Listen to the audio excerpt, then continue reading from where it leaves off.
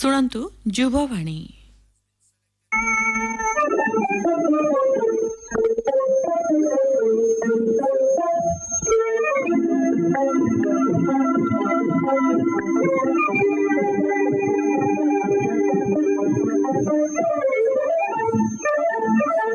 ଶ୍ରୋତାବନ୍ଧୁ ନମସ୍କାର। ଆଜିର ଯୁବବାଣୀରେ ମୁଁ ଅଛି ଆପଣଙ୍କ ଯୁବସାଥୀ ଅମୂଲ୍ୟ।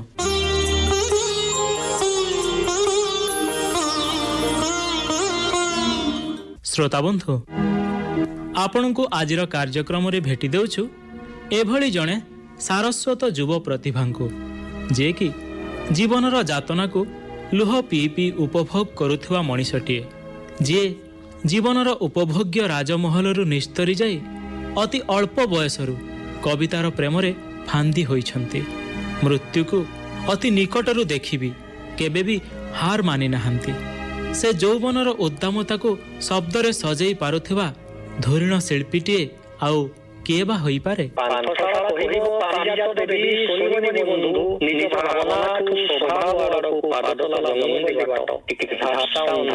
ଥର ଥର ହାତରେ କଲମଟେ ଧରି ନିଶାର୍ଦ୍ଧ ପ୍ରହରରେ କିଏ ପୁଣି ଛଟପଟ ହୋଇପାରେ କବିତାଟେ ଜନ୍ମ ଦେବା ପାଇଁ? ସେଇ ବେଦନା ଜର୍ଜରିତ କଣ୍ଟକିତ ବିଛଣାରେ ଲୁହକୁ ଲୁଚେଇ କବିତାରେ କିଏ ବା ହସ ବାଣ୍ଟି ପାରେ?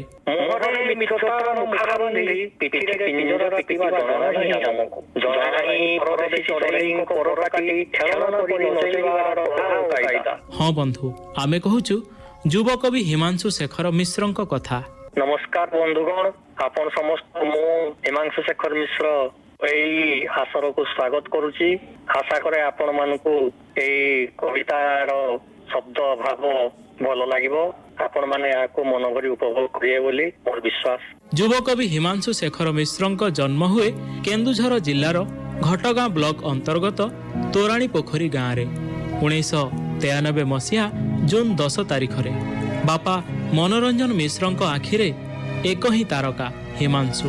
ପିଲାଟି ବେଳୁ ଅତ୍ୟନ୍ତ ମେଧାବୀ ହିମାଂଶୁଙ୍କ ସେହି କବିତ୍ୱର ପରିପ୍ରକାଶ ଘଟେ ବିଦ୍ୟାଳୟ ସମୟରୁ।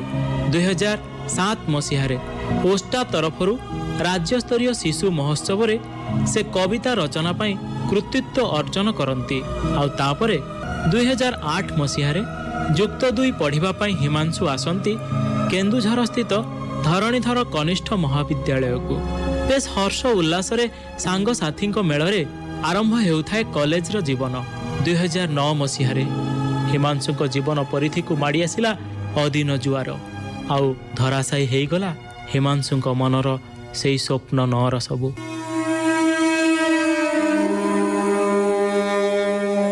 ମୋର ବ୍ୟକ୍ତିଗତ ପରିସ୍ଥିତି ସମସ୍ତେ ପ୍ରାୟ ଜାଣନ୍ତି। ଗୋଟେ ସଡ଼କ ଦୁର୍ଘଟଣାରେ 12 ବର୍ଷ ହେଲା ପୀଡ଼ିତ, ମୁଁ ସେଥିରେ ଶଯ୍ୟାଶାୟୀ ଅବସ୍ଥାରେ ଅଛି। ଏକ ମର୍ମନ୍ତୁଦ ସଡ଼କ ଦୁର୍ଘଟଣାର ଶିକାର ହୋଇ ହିମାଂଶୁଙ୍କ ଶରୀରର ଅଧାରୁ ଅଧିକ ଅଂଶ ପ୍ରାୟ ଅଚଳ ହୋଇଗଲା। ହାଁ ହତାଶର ମରୁବାଲିରେ ପରିବାର ପାଇଁ ହିମାଂଶୁଙ୍କ ଚିନ୍ତା ଯେତିକି ବଢ଼ୁଥିଲା, ତାଠୁ ଅଧିକ ଚିନ୍ତିତ ହେଉଥିଲେ ନିଜେ ହିମାଂଶୁ।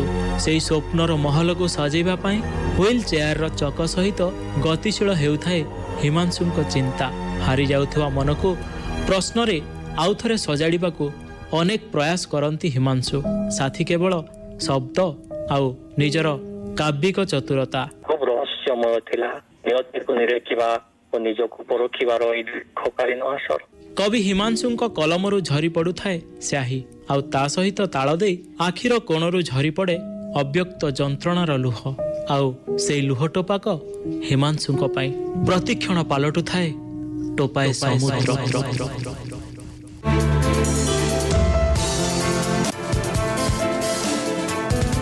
ନମସ୍କାର ହିମାଂଶୁ ଭାଇ, ଆପଣଙ୍କୁ ସ୍ୱାଗତ କରୁଛୁ ଆମ ଯୁବବାଣୀ କାର୍ଯ୍ୟକ୍ରମକୁ। ନମସ୍କାର। ଆପଣଙ୍କ କବିତା ଆଜିର ସନ୍ଧ୍ୟାରେ ଆମ ଶ୍ରୋତାବନ୍ଧୁ ମାନଙ୍କୁ ବାନ୍ଧି ରଖିବ, ଏହି ଆଶା ନେଇ ଆମେ ଆରମ୍ଭ କରିବା ଆପଣଙ୍କ ଏକ ସୁନ୍ଦର କବିତାରୁ ଆଜିର କବିତା ଗୁଚ୍ଛ କାର୍ଯ୍ୟକ୍ରମକୁ। ପ୍ରଥମେ କବିତାର ଶୀର୍ଷକ ଆମେ ଦେଶୀ ମଣିଷ। କେଉଁ ଇତିହାସରେ ଖୋଜୁଛ ଆମ ଅସ୍ତିତ୍ୱ? କେଉଁ ଇତିହାସରେ ଖୋଜୁଛ ଆମ ଅସ୍ତିତ୍ୱ? ଆମ ଦେହରେ ରଙ୍ଗ ଲେଛି ମାଟି, ଆଖିକୁ ଆଶ୍ରିତ କରିଛି ଆକାଶ।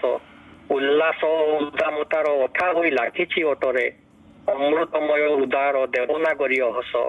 ଆଉ ଲେଲିହାନ ସୌରରଶ୍ମି ଭଳି ନଖରୁ ଶିଖାଯାଏ ଝଟକେ, ପ୍ରେମ ଓ ପବିତ୍ରତାର ଜ୍ଞାନମୟ ପ୍ରକାଶ କେଉଁ ଇତିହାସରେ ଖୋଜୁଛ ଆମ ଅସ୍ତିତ୍ୱ ଆମେ ଚିରହରିତ ଅରଣ୍ୟ ଭଳି ବୁଣିଥିଲୁ ବହଳ ସବୁଜିମା ଆମେ ଚିରହରିତ ଅରଣ୍ୟ ଭଳି ବୁଣିଥିଲୁ ବହଳ ସବୁଜିମା ସାରା ବିଶ୍ୱର ପତ୍ର ଆଗରେ ଆମ ସହିତ ନଦୀ ବି ବହିଛି ନିର୍ବିରୋଧ ଗତିରେ ସମୁଦ୍ର ବି ଛାଡ଼ିଛି ବାଟ ଆକାଶ ଆମନ୍ତ୍ରଣ କରି ଡାକିଛି ମାଲିକର ମାନସିକତା ଛାଡି ଆମେ ରହିଛୁ ଅନୁସନ୍ଧାନର ଆହ୍ୱାନ ଭରା ଛାତିରେ ମୁହଁରେ ମିତ୍ରତାର ମୁଖା ବାନ୍ଧି ପିଠିରେ ପିଞ୍ଜରା ପିଟିବା ଜଣା ନାହିଁ ଆମକୁ ଜଣା ନାହିଁ ପରଦେଶୀ ଚଢେଇଙ୍କ ପର କାଟି ଖେଳନା ପରି ନଚେଇବାର କଳା ଓ କାଇଦା ଆମେ ଆଉଁସି ଦଉ କ୍ଷତାକ୍ତ ଡେଣାକୁ ଲୁହ ଟିକେ ଚିଞ୍ଚି ଆଖିରୁ ଧୂଳି ପୋଛୁ ହୃଦୟ ଫାପାରେ ଭଲ ପାଇବାର ବୀଜମନ୍ତ୍ର ବିଞ୍ଚି ମାଗୁନା ପ୍ରତିଦାନ ଲଢୁନା କପଟି ସୌଦା କି ଫାଇଦା ଆମ ମନର ବିଶୁଦ୍ଧ ସ୍ପନରେ ପୂର୍ବଜଙ୍କ ଉଦାରତା ଶାନ୍ତି ଓ ସମନ୍ୱୟର ଚିରନ୍ତନୀ ନିନାଦ ଆଜି ବି ଆମେ ତପସ୍ୟାରତ ଭାତୃଭାବ ନିର୍ଝରିଣୀ କୂଳରେ ତପସ୍ୱୀଙ୍କ ଗୋତ୍ରଜ ହେବାର ସ୍ୱାଭିମାନ ବଳରେ ଆମକୁ ଖୋଜନା କି ପୋତି ଦିଅନା ଆମକୁ ଖୋଜନା କି ପୋତି ଦିଅନା ସତ୍ତା ସହ ସଂଶ୍ଳିଷ୍ଟ କେଇ ଫର୍ଦ୍ଦ ପୋଷ୍ଟାରେ ଆମେ ତ ଚାଲିବା ଶିଖିନଥିଲୁ କେବେ ଭାସ୍କୋଡା ଗାମା କି ହୁଏନ୍ସାଙ୍କ ପାଦ ଚିହ୍ନ ପଛରେ ଆସିନଥିଲୁ ଉତ୍ତର କି ଦକ୍ଷିଣ ଗୋଲାର୍ଦ୍ଧରୁ ପିଣ୍ଡର ନାଭିଗତ ପ୍ରାଣ ଭଳି ଆମେ ଆସିଛୁ ଜଳ ବାୟୁ ଅଗ୍ନି ଓ ପୃଥିବୀର ଠିକ ମଧ୍ୟ ଭାଗରୁ ପୌରୁଷ ଓ ପ୍ରକୃତିର ପ୍ରସାଦ ସାଗରୁ କେଉଁ ଇତିହାସରେ ଖୋଜୁଛ ଆମ ଅସ୍ତିତ୍ୱ ଧନ୍ୟବାଦ ବନ୍ଧୁଗଣ ବହୁତ ମର୍ମସ୍ପର୍ଶୀ ଆପଣଙ୍କ ଏଇ ପ୍ରଥମ କବିତା ଆମେ ଦେଶୀ ମଣିଷ ତେବେ ପ୍ରାଥମିକ ଯାତ୍ରା କେବେଠାରୁ ଆରମ୍ଭ ହେଲା ହିମାଂଶୁଙ୍କର କବିତା ଲେଖା ମୋର ପ୍ରାଥମିକ କବିତା ଲେଖା ଅଷ୍ଟମ ଶ୍ରେଣୀରେ ମୋର ପ୍ରଥମ କବିତା ଲେଖିଥିଲି ଆମ ସ୍କୁଲ ସତ୍ୟନାରାୟଣ ବିଦ୍ୟାପୀଠ ଢେଙ୍କିକୋଟର ପ୍ରତିଷ୍ଠା ଦିବସ ଅବସରରେ ଆମ ପ୍ରଧାନ ଶିକ୍ଷକଙ୍କ ଆଉ ନିର୍ଦ୍ଦେଶ କ୍ରମେ ସମସ୍ତଙ୍କୁ ଗଳ୍ପ କିମ୍ବା କବିତା ଲେଖିବା ପାଇଁ ନିର୍ଦ୍ଦେଶ ଥିଲା ତେବେ ସେଇଥିରେ ମୁଁ ଗୋଟିଏ ପଦକୁ ପଦ କିଛି ବି ଜାଣିନଥିଲି ଏମିତି ଲେଖୁ ଲେଖୁ ଗୋଟେ କବିତା ହେଇଯାଇଥିଲା ସେଇଟା ହିଁ ଥିଲା ମୋର ପ୍ରଥମ କବିତା ଆଉ ଯାହାକି ସମାଜରେ ପ୍ରକାଶ ପାଇଥିଲା ଆମର ଢେଙ୍କିକୋଟ ପ୍ରତିନିଧି ଶ୍ରୀଯୁକ୍ତ ନୃସିଂହ ଚରଣ ସିଂଙ୍କ ସହାୟତା ଦ୍ୱାରା ବର୍ତ୍ତମାନ ବହୁ ସମ୍ମାନର ଅଧିକାରୀ ହୋଇଛନ୍ତି ଆପଣ ଆଉ ଏଇ ନିକଟ ଅତୀତରେ ଆପଣ ମଧ୍ୟ କବିତା ସଂକଳନର ପାଣ୍ଡୁଲିପି ଟୋପାଏ ସମୁଦ୍ର ପାଇଁ ପାଇଛନ୍ତି ଏକ ପ୍ରତିଷ୍ଠିତ ପୁରସ୍କାର ପେନ୍ ଇନ୍ ବୁକ୍ସ ତରଫରୁ ଯୁବ ଲେଖକ ପୁରସ୍କାର ଆଜ୍ଞା ସେଇ ଯୁବ ଲେଖକ ପୁରସ୍କାର ପାଇ ଆପଣ କେତେ ଖୁସି ଅଛନ୍ତି ନିଶ୍ଚିତ ଭାବରେ ବହୁତ ଖୁସି କାରଣ ଯୋଉ ପ୍ରକାର ମାନସିକ ଅବସାଦ ଭିତରୁ ଆସିକି ନିଜ ମନକୁ ଏକାଗ୍ର କରିକି ସବୁ ଲେଖିବା ସମ୍ଭବପର କେବେ ବି ଭାବି ନଥିଲି ଲେଖୁ ଲେଖୁ ଏମିତି ସମସ୍ତଙ୍କର ଭଲ ପାଇବା ଆଉ ସେଇ ମତେ ଟାଣି ନେଇଛି ଆଗକୁ ଆଉ ଈଶ୍ୱରଙ୍କ ଆଶୀର୍ବାଦ ବାପା ମାଙ୍କର କଣ କହିବି ଆଉ ସେମାନେ ତ ସବୁ କିଛି ମୋର ସେଇମାନଙ୍କର ପ୍ରେରଣା ପ୍ରୋତ୍ସାହନ ଯୋଗୁ ଆଜି ଯୋଉଠି ବି ଯାହା ବି କିଛି ଭଲ ପାଇବା ସାଉଁଟି ପାରିଛି ସେଇଆ ମୋ ଜୀବନର ଉପଲବ୍ଧି ଆଉ ଏଥିରେ ବହୁତ ଖୁସି ବହୁତ ଆମେ ବି ବହୁତ ଖୁସି ଆଉ ଆପଣଙ୍କୁ ଅଭିନନ୍ଦନ ମଧ୍ୟ ଜ୍ଞାପନ କରୁଛୁ ଆମ ଏ କାର୍ଯ୍ୟକ୍ରମ ମାଧ୍ୟମରେ ଏ ଟୋପାଏ ସମୁଦ୍ରକୁ ବାଦ ଦେଇ ପୂର୍ବରୁ ଆପଣ ରଚନା କରିଛନ୍ତି ଅନେକ କବିତା ତେବେ ଆଉ ଗୋଟିଏ କବିତାରୁ ଆମେ ଆଉ କିଛି କଥାକୁ ଆଗେଇ ନବା ତେବେ ପରବର୍ତ୍ତୀ କବିତା କଣ ପ୍ରସ୍ତୁତ କରିବେ ପରବର୍ତ୍ତୀ କବିତା ମୋର ତ ଆଧ୍ୟାତ୍ମିକ କବିତା ମତେ ବହୁତ ଭଲ ଲାଗେ ଗୋଟେ କବିତା ନିଶ୍ଚୟ ଶୁଣିବି ଶୂନ୍ୟବାଣୀ ଛୋଟ କବିତାଟେ ହେଲେ ବି ଶୁଣିବା ପାଇଁ ଭଲ ଲାଗିବ ଆପଣଙ୍କୁ ଗୀତି କବିତାଟେ ଶୁଣନ୍ତୁ ଏକ ଆଧ୍ୟାତ୍ମିକ ସାଧନ ସମ୍ବନ୍ଧୀୟ କବିତା ଶୂନ୍ୟବାଣୀ ଦିଶା ଭଣୀ ପାଲ ଟାଣି ଧୀରେ ଧର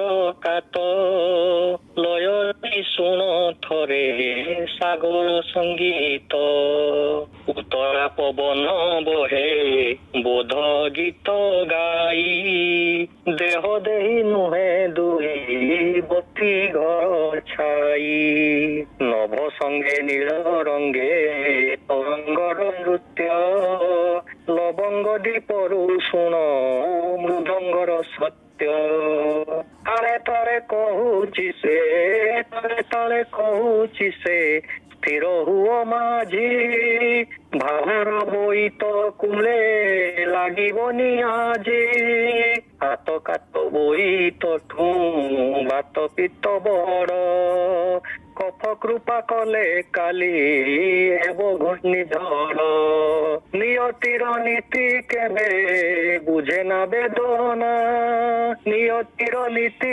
କେବେ ବୁଝେ ନା ବେଦନା ଅଜ୍ଞେୟ ଆଜ୍ଞାରେ ସିଦ୍ଧି ଅଜ୍ଞେୟ ଆଜ୍ଞାରେ ସିଦ୍ଧି ଲଭିବ ସାଧନ ଦିଶା ଭଳି ପାଲ ଟାଣି ଧୀରେ ଧର କାତ ଲୟ ଦେଇ ଶୁଣ ଥରେ ସାଗର ସଙ୍ଗୀତ। ବହୁତ ସୁନ୍ଦର ଆପଣ ଯୋଉ ଆଧ୍ୟାତ୍ମିକତାର ଶବ୍ଦକୁ ଖଞ୍ଜି ଆମ ଶ୍ରୋତା ବନ୍ଧୁ ମାନଙ୍କୁ ଆଧ୍ୟାତ୍ମିକତା ରସରେ ପ୍ରଭୁଙ୍କ ଚିନ୍ତନରେ ମଜେଇ ଦେଲେ। ତେବେ ବର୍ତ୍ତମାନର ଆମର ଯୋଉ ଯୁବ ଲେଖକ ଲେଖିକା ମାନେ ଆସୁଛନ୍ତି କବିତାଟିଏ ଲେଖୁଛନ୍ତି ସାଧାରଣତଃ ଲକ୍ଷ୍ୟ କରାଯାଉଛି ଏଇ ଗୀତି କବିତା ବା ଛନ୍ଦବଦ୍ଧ ଉପାୟରେ କବିତା ଲେଖିବା ପ୍ରାୟ ଦେଖାଯାଉନାହିଁ। କେବଳ ଗଦ୍ୟ କବିତାକୁ କବିତା ରୂପେ ରୂପାୟିତ କରୁଛନ୍ତି। ତେବେ ଏଇ ଗଦ୍ୟ କବିତାକୁ ନେଇ ଆପଣ ଆମ କବିତାର ଭବିଷ୍ୟତକୁ କ'ଣ କହିବେ? ଦେଖନ୍ତୁ ଗୀତି କବିତା ଏବେ ସନେଟର ରୂପ ନେଇଛି ଯାହାକି ଭଲ ଲାଗୁଛି ବହୁତ। ସନେଟ ଆଉ ଗୀତି କବିତା ପାଖାପାଖି ପ୍ରାୟ ସମାନ କିନ୍ତୁ ଗୀତି କବିତା ବି ଏବେ ବହୁତ ଭଲ ଭଲ ଲେଖୁଛନ୍ତି ଯୁବ କବି ମାନେ। ଯେହେତୁ ପ୍ରାୟତଃ ମୁଁ ଦେଖୁଛି ଖବର କାଗଜ ପତ୍ର ପତ୍ରିକା ମାଧ୍ୟମରେ ବେଶୀ ଗଦ୍ୟ କବିତା ଅଗ୍ରାଧିକାର ଦିଆଯାଉଛି ବୋଧେ ସେଇଥିପାଇଁ ଯୁବ କବି ମାନେ ବି ସେଇ ଆଡକୁ ଆକର୍ଷିତ ହଉଛନ୍ତି ବୋଲି ମୋର ଅନୁମାନ। ଆଉ ମୁଁ ସେମିତି ଗଦ୍ୟ କବିତା କି ପଦ୍ୟ କବିତା ଭିତରେ କେବେ ବି ତୁଳନା କରିନି କିମ୍ବା ଏଇଟା ଭଲ ସେଇଟା ଖରାପ ବୋଲି ଭାବିନି। ଗୋଟେ ପାରମ୍ପରିକ ଜିନିଷକୁ ଲେଖିବା ପାଇଁ ଗୀତି କବିତା ସୁବିଧା ହୁଏ କିନ୍ତୁ କିଛି ସମସାମୟିକ ଜିନିଷ ଘଟଣାବଳୀକୁ ନେଇକି ତାକୁ ଗୋଟେ ଯଦି ସ୍ୱତନ୍ତ୍ର ଗଦ୍ୟ କବିତା ବି ହେଇଯାଏ। ବହୁ ପ୍ରକାର କବିତାକୁ ମୁଁ ସ୍ୱାଗତ କରେ। ଆଉ ଲେଖାର ଭାବନା ଯାହାକୁ ଦେବା ପାଇଁ ଚାହୁଁଛନ୍ତି କିମ୍ବା ସମାଜକୁ ଯେଉଁ ବାର୍ତ୍ତା ଦେବା ପାଇଁ ଚାହୁଁଛନ୍ତି ପାଠକେ ସେଇଟାକୁ ହୃଦୟଙ୍ଗମ କଲେ କବିତାର ଯଥାର୍ଥତା ନିଶ୍ଚୟ ସବୁବେଳେ ରହିଛି ଆଗକୁ ମଧ୍ୟ ରହି ଆସିବ। ଆମର ଯୋଉ ଯୁବ ପ୍ରତିଭା ମାନେ କବିତା ମନସ୍କ ହୋଇ ଯୋଉ କବିତାକୁ ଜନ୍ମ ଦଉଛନ୍ତି ସେ କବିତାରେ ପ୍ରାୟତଃ ପ୍ରେମକୁ କେନ୍ଦ୍ର କରି କବିତାର ଭାବ ପ୍ରକାଶିତ ହେଉଛି। ଆପଣଙ୍କ କବିତାରେ ଏଇ ପ୍ରେମ ସେମିତି ପ୍ରେମଟା କହିବି କଣ ପ୍ରେମ ଗୋଟେ ସମସ୍ତଙ୍କର ନୈସର୍ଗିକ ଅନୁଭବ। ପ୍ରତ୍ୟେକ ପୁଅ ଝିଅ ପ୍ରେମରେ ପଡନ୍ତି ସେତେବେଳେ କବିତା ଛାଏ ଛାଏ ବାହାରେ ଦିନ ରାତି କବିତା ବାହାରେ ତେଣୁ ସେଇଟା ଲେଖିବା ପ୍ରାୟ ସହଜ ବୋଲି ମୁଁ ଭାବେ। ସେଇଟା ତେଣୁକରି ଯୁବ ତରୁଣ କବିଙ୍କର ମାନସିକତା ବି ସେଇ ବୟସ ଅନୁସାରେ ସେଇ ପ୍ରେମ କବିତା ଆଡକୁ ବେଶୀ ଆକର୍ଷିତ ହୁଏ। କିନ୍ତୁ ଯେହେତୁ ମୋ ଜୀବନର ବାସ୍ତବତା ଟିକେ ଭିନ୍ନ ମୁଁ ପ୍ରେମ କବିତା ଅପେକ୍ଷା ସମାଜକୁ କିଛି ବାର୍ତ୍ତା ଦେବା କିମ୍ବା ଆଧ୍ୟାତ୍ମିକ ସାଧନା ସମ୍ବନ୍ଧୀୟ କିମ୍ବା ଗୋଟେ ଉଚ୍ଚ ସ୍ତରର ଚେତନା ଆଡକୁ ସବୁବେଳେ ମୋ କବିତା ବାଟ ଦେଖେଇବାର ପ୍ରଚେଷ୍ଟା କରେ। ଆଉ ତେବେ କବିତାରେ ଆପଣ ଯୋଉ ଚରିତ୍ରକୁ ଚିତ୍ରଣ କରିବାକୁ ଚାହାନ୍ତି ତେବେ ସେ ଚରିତ୍ରକୁ କେଉଁ ଉପାୟରେ ଖୋଜନ୍ତି? ଚରିତ୍ର ତ ସେଇ ପ୍ରକାର ଚରିତ୍ରାୟନ କରିବାର କବିତା ବହୁତ କମ ଲେଖିଛି ଯଦିଓ କିନ୍ତୁ ଖବର କାଗଜ ହେଲା କିମ୍ବା ଗଳ୍ପରୁ ସେଇ ଚରିତ୍ର ପଳେଇ ଆସେ ଆପେ ଆପେ। ଆଉ କୌଣସି ଘଟଣା ଭଳି ଆପଣଙ୍କ ଆଖି ଆଗରେ ନାଚି ଉଠିଲେ ସେଇ ବିଷୟକୁ ନେଇକି ଉପସ୍ଥାପନ କରିବା ସହଜ ହୁଏ। ଆଉ ଆମ ଚାରି ପାଖରେ ବହୁତ ଘଟଣା ଘଟୁଛି ଜଙ୍ଗଲ ପୋଡି ଯାଉଛି ଶିଶୁ ଭ୍ରୂଣ ହତ୍ୟା ଏଇ ସବୁ ଜିନିଷକୁ ଲେଖିବାରେ କିଛି ଅସୁବିଧା ନାହିଁ ବୋଲି ମୁଁ ଭାବେ। ଏଇ ସବୁ ଚରିତ୍ର ତ ସମାଜ ସଚେତନାର ସେବା ଦରକାର ବର୍ତ୍ତମାନ। ନିଶ୍ଚୟ ଚରିତ୍ରଟିଏ କବିତା ମାଧ୍ୟମରେ ସମାଜକୁ କିଛି ବାର୍ତ୍ତା ଦେଇଯାଏ ଆଉ ହିମାଂଶୁଙ୍କ କବିତା ବି ଠିକ ସେଇଭଳି। ତେବେ ଏବେ ସମୟ ଆଉ ଗୋଟିଏ କବିତା ସହିତ ଆମେ ଆଲୋଚନାକୁ ଆଗେଇବା ଯେଉଁ କବିତାରେ ହିମାଂଶୁ ସମାଜକୁ କିଛି ଦିଗଦର୍ଶନ ଦେବାକୁ ଚେଷ୍ଟା କରିବେ। ନିଶ୍ଚିତ ନିଶ୍ଚିତ ଗୋଟେ ଯୁବକ ମାନଙ୍କୁ ହିଁ ନେଇ ଲେଖିଛି ଗୋଟେ କବିତା ଯେଉଁମାନେ ହେଇପାରେ ଅଧାରୁ ପାଠ ଛାଡି ଦଉଛନ୍ତି କିମ୍ବା ସେମାନଙ୍କର ଲକ୍ଷ୍ୟ ପଥରୁ ହଟି ଯାଉଛନ୍ତି ତ ସେଇ ଯୁବ ଚରିତ୍ର ଯୋଉମାନେ ଅମୁଆଗି ରହୁଛନ୍ତି ନିଜ ଲକ୍ଷ୍ୟ ପଥରୁ ବିଚ୍ୟୁତ ହେଇଯାଉଛନ୍ତି ସେମାନଙ୍କ ପାଇଁ ଗୋଟେ ଲେଖୁଛି କେନ୍ଦ୍ର ଅନ୍ୱେଷୀ ପାଦ।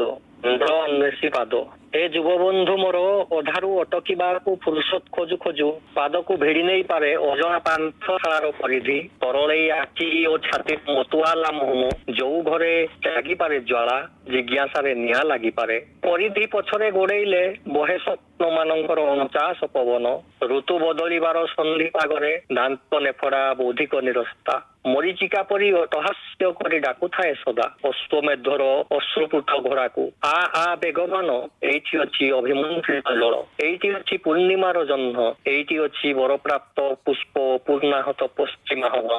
ଯୁବବନ୍ଧୁ, ଚିଆଳ କାଣ୍ଡର ସାର୍ଥକତା ତ କେନ୍ଦ୍ରବିନ୍ଦୁ ଭେଦିଲେ, ବାରମ୍ବାର ଛିଣ୍ଡିବ ଆଙ୍ଗୁଠି, ବିନ୍ଧିବ ମଣିଗଣ୍ଠା, କାନ ଯାଏ ଟାଣି ନ ପାରିଲେ ତଳିବନି କାଠ କି ମାଟିର ଛଦ୍ମବେଶୀ ଚଢେଇ, ମରିବନି ମୃତ୍ୟୁ, ଜଳି ଯାଇଥିବ ସବୁ ଡାଳଡେମ୍ଫ ପତ୍ର, ଲୋକପ୍ରିୟତା ହୋଇଯିବ ଥୁଣ୍ଟା, ରୂପ ଆଉ ରୂପକର ସବୁଜିମା ସରିଲ। ପାନ୍ଥଶାଳା କହିବ ପାରିଜାତ ଦେବୀ, ଶୁଣିବନି ବନ୍ଧୁ, ପାନ୍ଥଶାଳା କହିବ ପାରିଜାତ ଦେବୀ, ଶୁଣିବନି ବନ୍ଧୁ, ନିଜ ଭାବନାଠୁ ସ୍ୱଭାବ ଆଡକୁ ପାଦ ଚଲା ଜଙ୍ଗଲି ବାଟ, ଟିକେ ଝାପ୍ସା ଅନ୍ଧାରିଆ। ହୋସିଆର, ସେଠି ବହୁରୂପୀ ଏଣ୍ଡୁଅ ବି ହସେ, ଛଳନାର ଛାତି ପିଟି ମିଛେ କାନ୍ଦୁ କାନ୍ଦୁ, ଶୁଣିବନି ବନ୍ଧୁ। ବହୁତ ସୁନ୍ଦର। ଆପଣ ଯୁବକ ମାନଙ୍କୁ ଆପଣଙ୍କ ଏଇ କବିତାରେ ସ୍ଥାନିତ କରିଛନ୍ତି ଆଉ ଯୁବକ ମାନଙ୍କୁ ଉଦ୍ବୋଧନ ଦେଇ ଆପଣଙ୍କର ଏଇ କଲମ ଚାଳନା ବେଶ ଋଦ୍ଧିମନ୍ତ ହୋଇପାରିଛି ବୋଲି ଆମେ କହିବା ଏଇ କବିତାରେ। ତେବେ ଆପଣ ସବୁବେଳେ ସମାଜକୁ କିଛି ବାର୍ତ୍ତା ଦେବା ପାଇଁ ଚେଷ୍ଟା କରୁଛନ୍ତି ଆପଣଙ୍କ ଏଇ କବିତା ମାଧ୍ୟମରେ। ହଁ ଆଜ୍ଞା, ନିଶ୍ଚୟ। ଏଇ ଯୁବକ ମାନେ ହିଁ ଯେହେତୁ ଦେଶର ଭବିଷ୍ୟତ, ସେମାନେ ହିଁ ଆମର ଆଗାମୀ ବିକାଶର ମେରୁଦଣ୍ଡ ସେମାନେ। ତେଣୁ ସେମାନେ ସଚେତନ ହେଲେ, ସେମାନେ ନିଜ ଲକ୍ଷ୍ୟରେ ଅଟଳ ରହିଲେ ଆମ ଦେଶ ନିଶ୍ଚୟ ଆଗକୁ ଯିବ। ତେଣୁ ସେଇ ପ୍ରକାର ଲେଖା ଲେଖିବାକୁ ବି ଭଲ ଲାଗେ ମତେ। ଆଉ ଏଇଠି ଆଉ ଗୋଟେ ପ୍ରଶ୍ନ ମନରେ ଆସୁଛି, ଆପଣ ଏଇ କବିତାକୁ ନେଇ ଆପଣଙ୍କର ସାଧନା ଚଳେଇଛନ୍ତି ସାହିତ୍ୟ କ୍ଷେତ୍ରରେ, ତେବେ କବିତାକୁ ବାଦ ଦେଇ ଆପଣ ଅନ୍ୟ କିଛି ରଚନାରେ ମନୋନିବେଶ କରୁଛନ୍ତି କି? ନାଇଁ, ସେମିତି ତ ଅନ୍ୟ କିଛି ମନ ଦେଇନି। ବେଳେ ବେଳେ ଗୋଟେ ଗୋଟେ ଗପ ଲେଖ୍ୟ ଏମିତି ଲେଖିଦିଏ। ଆଉ କେଉଁଥିରେ ଅଧିକ ସହଜ ମନେ ହଉଛି, କବିତାରେ? ମତେ ଏଇ କବିତା ଲେଖିବାରେ ଗଦ୍ୟ ପଦ୍ୟ ଉଭୟରେ ନିଜକୁ ସହଜ ମନେ ହଉଛି, ଏଇ ସବୁ ଲେଖୁଛି। ତେଣୁକରି ବର୍ତ୍ତମାନର ଏକ ବିକଟ ପରିସ୍ଥିତି ଦେଇ ଆମେ ସାରା ବିଶ୍ୱର ମଣିଷ ଗତି କରୁଛନ୍ତି। এই ପରିସ୍ଥିତିକୁ ଲକ୍ଷ୍ୟ କରି ଆପଣଙ୍କ ମନରେ କିଛି ଭାବନା କବିତାରେ ରୂପାୟିତ ହୋଇଥିବ ନିଶ୍ଚୟ। ନିଶ୍ଚୟ, ସେଇ ପରିବେଶର ଯତ୍ନ ନେବା ପାଇଁ ଗୋଟିଏ ଗୀତି କବିତା ମୁଁ ଲେଖିଛି। ସେଇଟା ନିଶ୍ଚୟ ଯୁବକ ମାନଙ୍କୁ ଭଲ ଲାଗିବ, ସମସ୍ତଙ୍କୁ ଶୁଣିବାକୁ। ଆଉ ଆଶା କରିବି ସମସ୍ତେ ଶୁଣିବେ। ବିଶ୍ୱ ହିତେ ଭାବ ଭାଇ, ନିଜ ଠାରୁ ଟିକେ ବିରତି ବଳେଇ, ବିଶ୍ୱ ହିତେ ଭାବ ଭାଇ, ନୀତି ପ୍ରତିଦିନ ନୂଆ ସମସ୍ୟାରୁ ପରିବେଶ ଲାଗେ ତ୍ରାହି, ଜଳବାୟୁ ମାଟି ନ କଲିବି ପାଟି, କହିଲେଣି କେତେ କଥା, ଶୁଣି ନ ଶୁଣିବା ପୁଣି ଭୁଲିଯିବା ଅଣଦେଖା ଆମ ପ୍ରଥା, ପାଣିପାଗ ପୀଡ଼ା ପାହାଡ଼ ବିହୁଡ଼ା, ବିକଶିତ ମନ ଆଣି, ଆମାଜନ ଜଳେ ଅଷ୍ଟ୍ରେଲିଆ ଜଳେ ବରଫ ତରଳି ପାଣି, ଓଜନ ଛାତିରୁ ଅତି ବାଇଗଣି, ଓଜନ ଛାତିରୁ ଅତି ବାଇଗଣି, କଲିଜା ଯାଉଛି ଖାଇ, ନିଜ ଠାରୁ ଟିକେ ବିରତି ବଳେଇ ବିସ୍ମରିତେ ଭାବ ଭାଇ, ଆଜିର ମଣିଷ ସୁଖ ସୁବିଧାକୁ ଆଖି ଆଗେ ରଖି ସଦା, ଜୀବନ ବିରତି ଆଡମ୍ବର ରଚି ରୋଗ ବ୍ୟାଧି କରେ ଗଦା, ଚିନ୍ତା ଅବସାଦ ଘାରିଛି ବିଷାଦ, ନିଶା କବଳରେ ମତି, ପରିବେଶ ପାଇଁ ବସି ଭାବିବାକୁ ମନର ଅଭାବ ଅତି, ଚାରାଟିଏ ପୋତି ଫଟୋ ଉଠେଇଲେ, ଚାରାଟିଏ ପୋତି ଫଟୋ ଉଠେଇଲେ ମିଳେ କି ଶୀତଳ ଛାଇ, ନିଜ ଠାରୁ ଟିକେ ବିରତି ବଳି ବିଶ୍ୱ ଭାବ ଭାଇ, କରୋନା କହିଲା ଚେତାବନୀଶ୍ୱରେ ପ୍ରଳୟ ପୂର୍ବର କଥା, ସବୁରି ପାଦରେ ପଡିଲା ଶିକୁଳି ବଢିଲା ମୁଣ୍ଡର ବ୍ୟଥା, ଜଳ ମାଟି ବାୟୁ ଯତ୍ନ ନ କଲେ ଆମର ହିଁ ଅବକ୍ଷୟ, ପ୍ରକୃତି ପ୍ରେମରେ ପାଠ ପଢିବାରେ ଆଗାମୀ ପିଢିର ଜୟ, ଜଙ୍ଗଲରେ ଜନ୍ତୁ ଅଭୟ ପାଆନ୍ତୁ,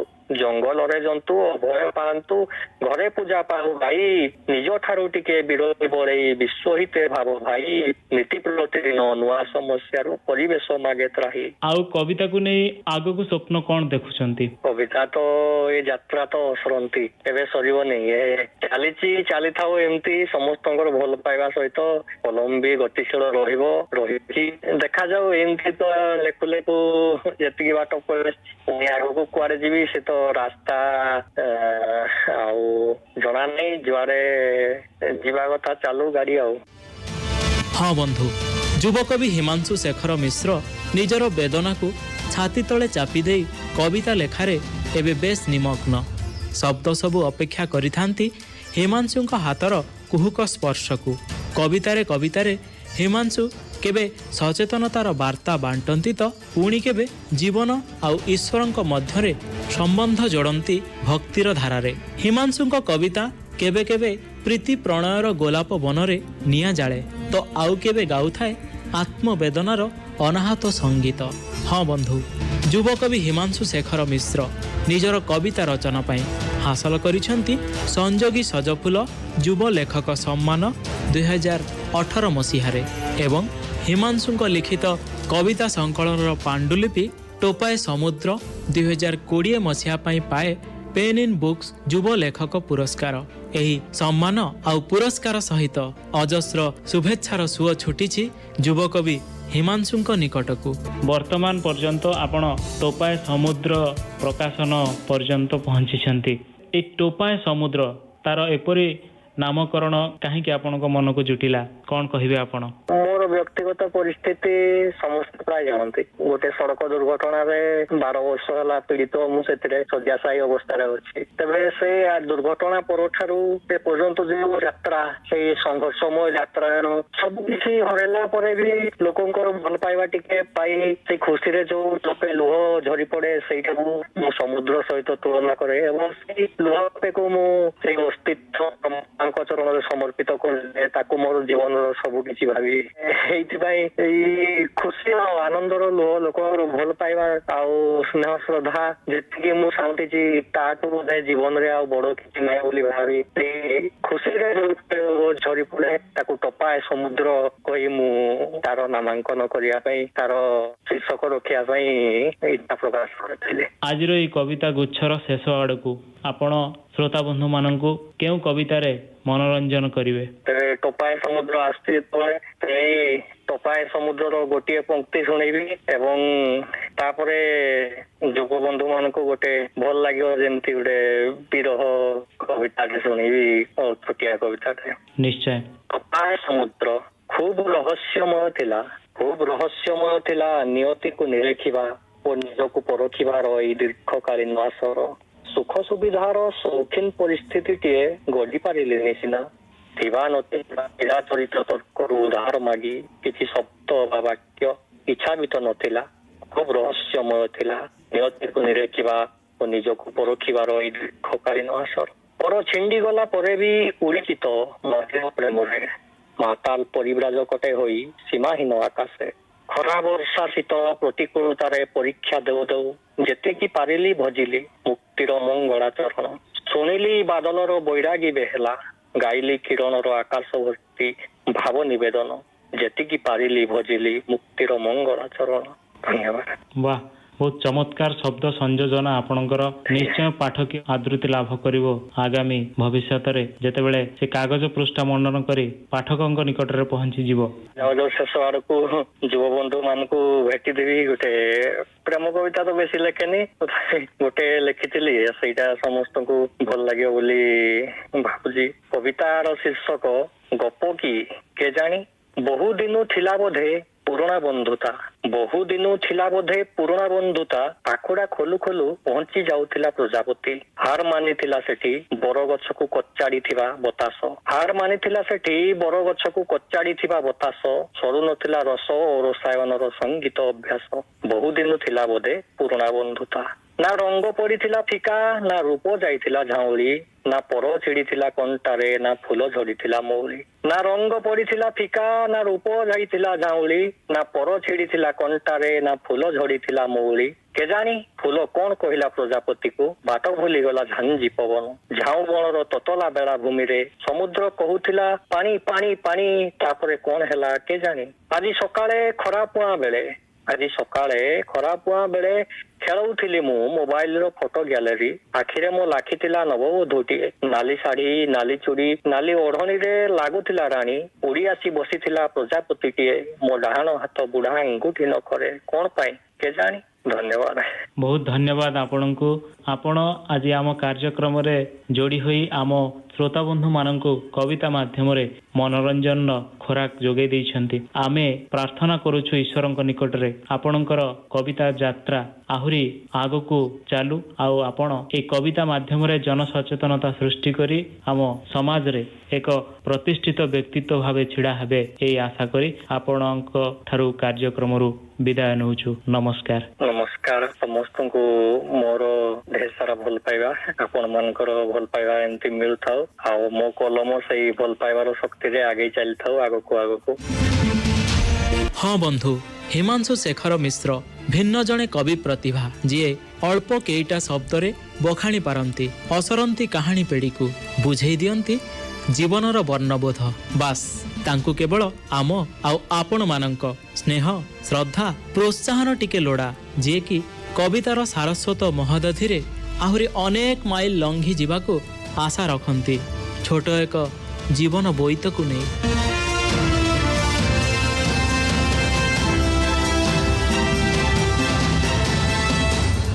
हाँ बंधु, समय इशारे आज कार्यक्रम परिसर विदाय नहीं रहुछि मु आपणक युवसाथी अमूल्य। नमस्कार।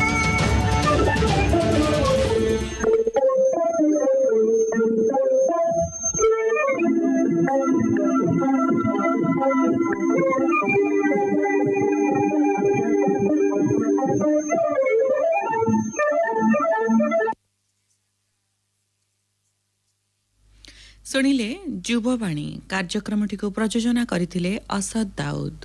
आकाशवाणी केन्दुझर।